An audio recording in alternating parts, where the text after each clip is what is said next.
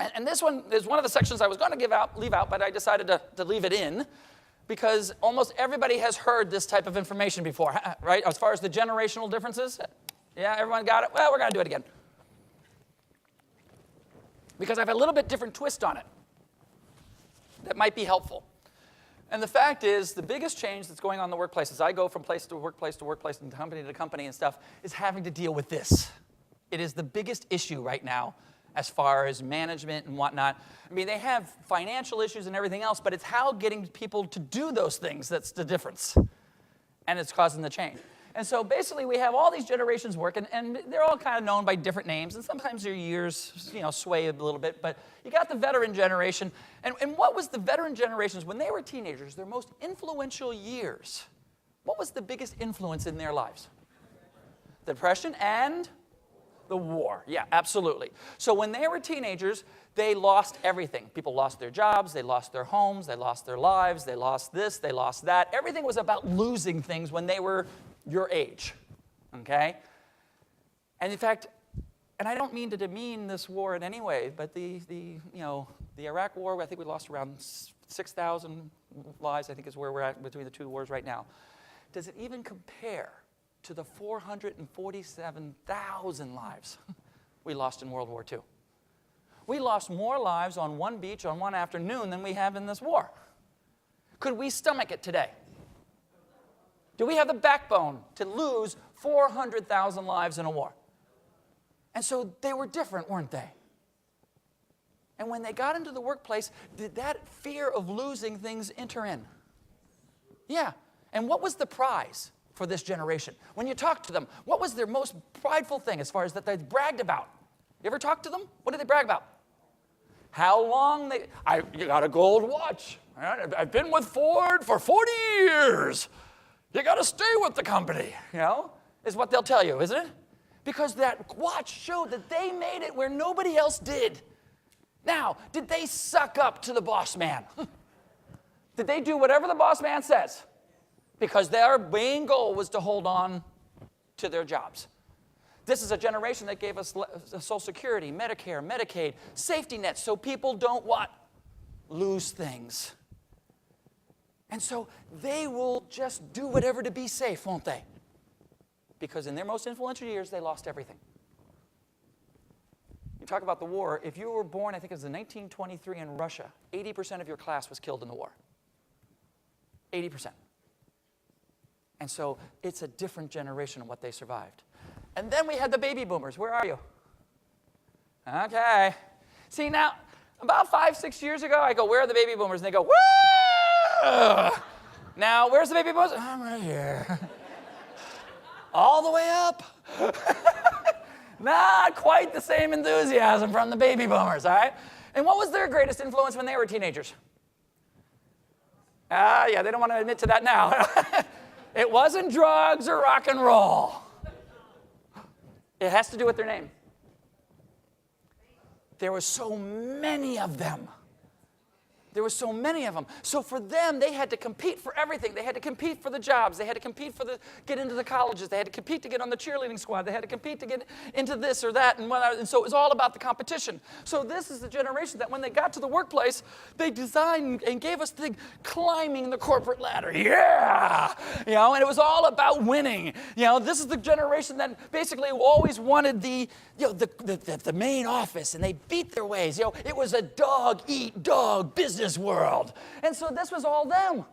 They were very competitive about everything they did. Even now, you can tune in and you watch them play poker as competitive poker. On TV. And they love it. They have to compete. And what was their prize for all this competition? Because did they dedicate their lives to work? Yes, they did. All right? Did they sit there and work really hard and long hours and everything else? Absolutely. And what was their big prize? No, that's a loss. I'm sorry, I made him cry. Well, that wasn't retirement. What is it? Stuff. Yes. It is my Gucci bag. Look at my lovely car, my summer home on the lake. Yes. They went out and they bought stuff. This is a generation that loves to show their bling more than anybody else. Their designer clothes, their designer hats, their way they do their nails, they like to show off that they made it and you didn't. Look, I have the corporate office. I have a window. You don't. Look at my view. And for all that stuff, they gave us a divorce rate higher than we've ever seen before. They gave us latchkey kids. They gave us the single-parent household, the double family income, all in the pursuit of what? Stuff!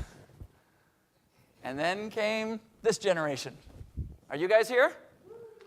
Yeah, see? There's motion in there, yeah!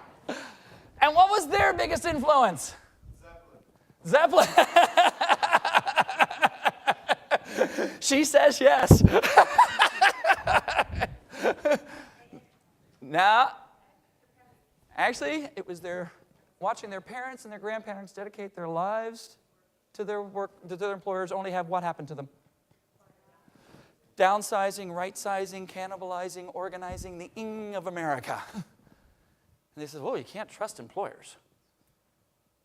This is a generation that all of a sudden was exposed to this Catholic priest or this minister going to jail. You can't trust the church. Richard Nixon or Bill Clinton. Either party, you can't believe them. You can't trust them. You sit there and you say, and they pick up a newspaper and it says the schools failed them. And their parents aren't home. So if you can't trust your parents, you can't trust your schools, you can't trust your government, you can't trust your employer, you can't trust, who do you trust? Yourself. And we taught them that way. He says, here, you can do this yourself. Here, look, sit around the table, group learn. You can teach what? Yourself. Here's the keys to the house. When you get home from school, let yourself in. You can do this yourself. You can do this yourself.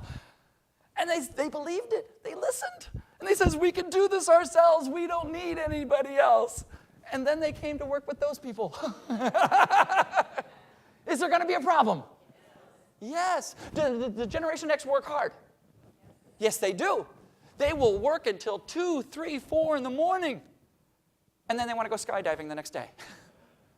This is the first generation that questioned management. They go, why do we have to show up at 8 o'clock in the morning? Do not the accounting numbers add up the same at 10 o'clock when I want to come in?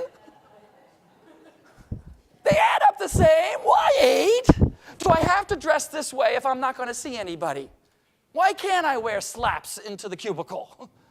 Why can't I do this? Why can't I? Did this generation do that? No, whatever you want. And all of a sudden, this generation questioned us. And how did that generation take it? Not too good. And then came you guys. Oh. And what's your biggest influence? Was it? iPods, computers, technology in general. For you, everything happens when? Now. You need information, boom, boom, boom, boom, there it is. Why do I have to study the whole Civil War? I know where to go find it when I need it. I don't need to spend all this time on that. They have no idea, and only the older ones will understand this one, what it's like to ride your bicycle all the way down to the library, only to find out that the book you need is checked out, or God forbid, someone's ripped out the page you want. They have no idea. Everything to them hooked. You know, a minute and a half to cook popcorn? Oh my God, I don't have a minute and a half. I cooked popcorn the old-fashioned way on the stove the other night. My kids came on and go, what are you doing? I'm cooking popcorn. Here's the question, how long does that take? My God, why would you want to do that? They get their breakfast in it, wrapped up, cereal, milk, everything, and they eat it on the go. Everything for you happens now. I went home it's about a year ago, and my son is looking all over the house, underneath the couch and everything. I was like, what are you looking for? He says, the remote control. He never knew you could go up to the TV and push the channel.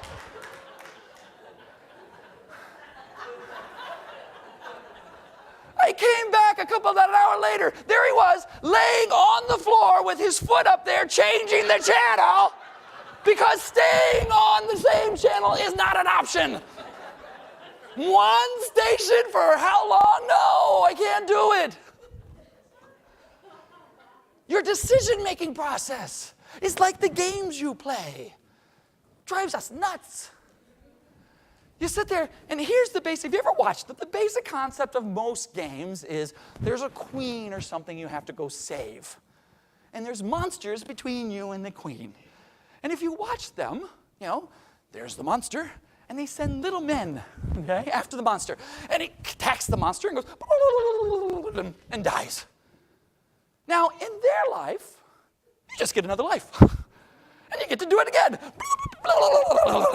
And you keep doing this for a while, and all of a sudden you realize there's a few separate secret passageways. You drop down a few levels, jump over a few boxes, go take an elevator, grab a few magic coins, jump up on the inside, save the queen, all done in one afternoon. Ta-da!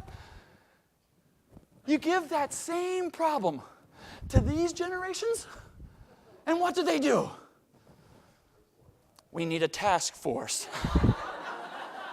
Let's schedule a meeting, 3 weeks from now, we'll get so-and-so and so, and we'll study the monster. Maybe we do a SWOT analysis on it. Study its strengths, its weaknesses, and then we'll develop a plan and progress it out on a thing, and then we'll go ahead and write that all up, and we should be able to really start attacking this monster in about 6 months to a year. These people are going, what the hell? Just kill the damn thing. And you put them in with them, are we going to have change?